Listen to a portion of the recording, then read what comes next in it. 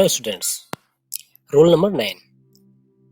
यदि वाक्य में सिंस या फॉर या ऑल प्लस टाइम का प्रयोग हो तथा वाक्य एक हो तो रिक्त स्थान में प्रेजेंट परफेक्ट कंटीन्यूअस टेंस का प्रयोग किया जाता है, जिसका स्ट्रक्चर हैज या have plus been plus verb की फर्स्ट फॉर्म प्लस आईएनजी का प्रयोग किया जाएगा। Example, it has been running since morning. देखिए, सिंस का यूज आया है इसलिए हम हैज का प्रयोग किया हमने, और साथ में बीन प्लस वर्ब की फर्स्ट फॉर्म प्लस आईएनजी का प्रयोग किया गया। इसी प्रकार सेकंड एग्जांपल में we have been living in this house since 1995। देखो, यहाँ पे सिंस का यूज हुआ था इसलिए प्रेजेंट परफेक्ट कंटीन्यूअस टेंस का यूज किया गया। हैव का यूज सब्जेक्ट जो अपना प्लूरल है उसके अकॉर्डिंग किया गया। He has been work ING working in the garden for 2 hours। Mister Rajesh has been practicing case in this court for last 2 years। देखिए, यहाँ फॉर का यूज हुआ था इसलिए प्रेजेंट परफेक्ट कंटीन्यूअस टेंस का यूज किया गया, और हैज का यूज जो नाउन है, अपना जो सब्जेक्ट है वो सिंगुलर नाउन है, इसके अकॉर्डिंग किया गया। They have not been playing a match for some time. देखिए, जब नेगेटिव सेंटेंस होता है तो हैव और बीन के बीच में नोट आएगा, उसके बाद में वर्ब की फर्स्ट फॉर्म होगी और उसमें आईएनजी होगा। इसी प्रकार से जब सेंटेंस इंट्रोगेटिव होगा तो हेल्पिंग जो वर्ब है वो सबसे पहले आएगी। तो मीरा के अकॉर्डिंग हेल्पिंग वर्ब क्या हो सकती है? Has. Meera been cooking food for 2 hours। Note, यदि सिंस के बाद रिक्त स्थान हो और रिक्त स्थान में वर्ब का प्रयोग कराया जाता है तो वह वर्ब हमेशा पास्ट इंडेफिनिट टेंस में होगी। मतलब या तो वर्ब की सेकंड फॉर्म होगी या फिर उसमें डिड का प्रयोग किया जाएगा। अगर सेंटेंस नेगेटिव होता है तो डिड का प्रयोग किया जाएगा, या इंट्रोगेटिव होता है तो डिड का प्रयोग किया जाएगा। तथा शेष वाक्य में प्रेजेंट परफेक्ट कंटीन्यूअस टेंस का प्रयोग होता है। कैसे? एग्जाम्पल देखते हैं। She has been living in this house since her husband died। देखिए, ये जो घटना है सिंस के बाद की, इसमें ये घटना पास्ट में हुई है, इसे पास्ट सिंपल टेंस में लिखा गया।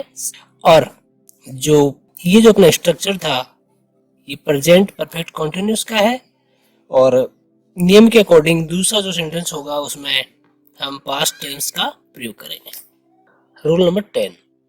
यदि वाक्य में yesterday, one day, once, ago, that day, as soon as, last week, last month, last year, the other day, in 2001, in 1999 आदि एडवर्ब्स का प्रयोग होता है तो वाक्य में पास्ट इंडेफिनिट टेंस का प्रयोग किया जाता है। एग्जाम्पल देखते हैं इसका। ही, इस सेंटेंस में देखेंगे yesterday आया है तो गो वाली जो वर्ब है सेकंड फॉर्म होगी went.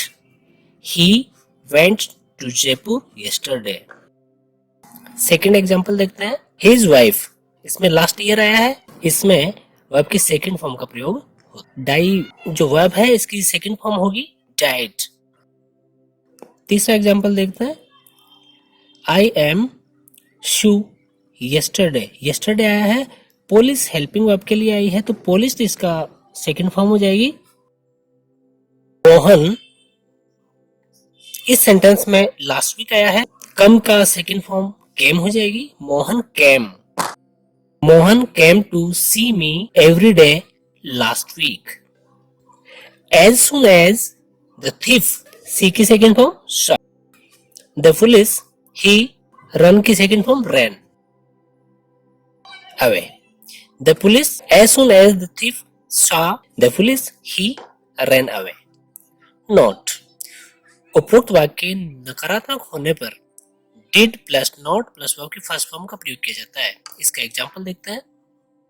I did not pass my secondary exam in 1994. Past की सेकेंड वर्ब का प्रयोग यहाँ नहीं किया गया है क्योंकि नेगेटिव सेंटेंस होने के कारण हमने यहाँ डिड का प्रयोग किया है.